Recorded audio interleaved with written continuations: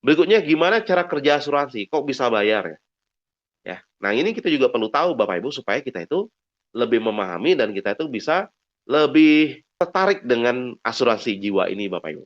Sebenarnya cara kerja asuransi itu adalah kita ini kayak arisan Bapak Ibu, mengumpulkan uang dari masing-masing orang dan jika terjadi ada satu saja yang meninggal dunia, jadi uang yang dikumpulkan oleh ribuan orang ini akan diserahkan kepada yang meninggal dunia ini Bapak Ibu.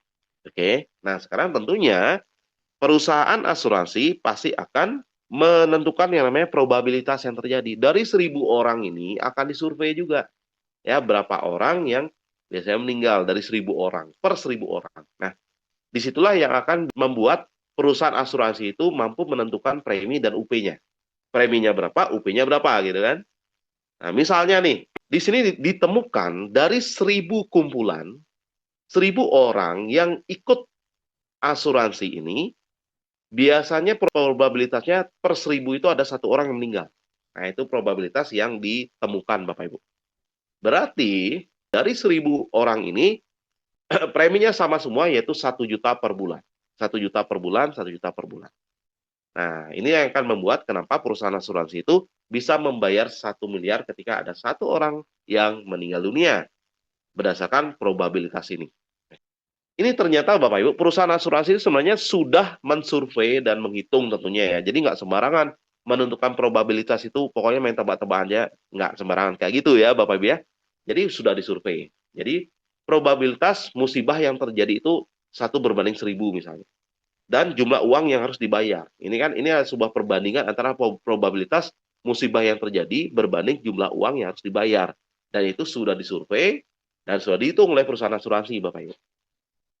Nah, gimana kalau seandainya jika resiko yang dibayar di luar standar dari hasil survei dari perusahaan asuransi tersebut? Apa yang terjadi? Kan beresiko juga ya Bapak Ibu ya. Kenapa? Karena hitungan yang dilakukan mungkin surveinya sudah berpuluh-puluh tahun gitu ya. Tapi bisa saja terjadi meninggal massal gitu. Bisa saja terjadi kan Bapak Ibu. Atau misalnya dalam kendaraan umum gitu kan. Kendaraan umum semua nasabah perusahaan asuransi itu gitu ya. Ternyata terjadi kecelakaan. Meninggal semua. Nah, itu kan di luar prediksi. Nah, kalau seandainya terjadi luar prediksi atau di luar probabilitas tersebut, gimana caranya perusahaan asuransi membayar?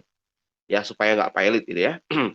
Makanya di sini ada yang namanya RBC, Risk Based Capital, dan ada yang namanya reasuransi. Kalau seandainya kejadian itu melampaui standar dari probabilitas yang sudah ditentukan.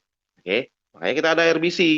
Nah, RBC ini adalah target tingkat solvabilitas internal. Sebagaimana dimaksud pada ayat 2 dari ketentuan dari pasal OJK ya, dari Undang-Undang Keuangan ya, di mana yang paling rendah dan paling aman itu adalah 120%. Oke. Nah, artinya ketika terjadi yang namanya klaim di luar standar. Nah, jadi RBC ini akan kepakai kalau seandainya klaim itu di luar standar probabilitas yang telah ditentukan oleh perusahaan asuransi tersebut. Kalau masih di dalam standar, ya RBC nggak kepake gitu. Nah, itu pengertiannya Bapak ya.